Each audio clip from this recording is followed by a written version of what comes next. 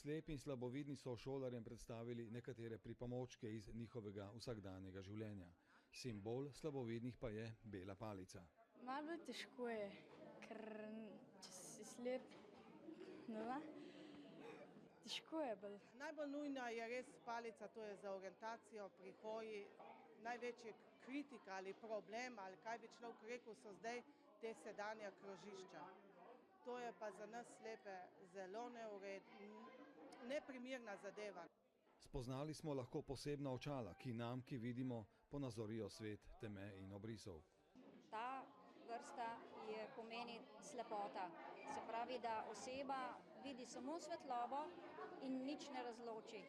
S strojem za Braillovo pisavo so slepi prikazali, kako pišejo in berejo. Zdaj bomo pa probali vaša imena napisati, boste sami. Špela, Š je prva, peta in šesta. Vse tri naenkrat, veš? Prva, peta in šesta. Tudi igrice so prirejene slabovidnim. Ko vržeš kocko, moraš tiste pikice na kocki otipati, da vidiš, koliko je število. Registriranih imamo okrog 230 članov, ampak ta številka je dosti večja.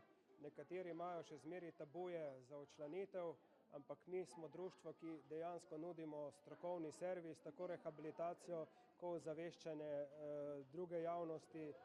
Da slepota ni nujno konec sveta, dokazuje tudi slikar Ivan Stojan Rutar, ki ustvarja kljub temu, da ima le še 2% vida.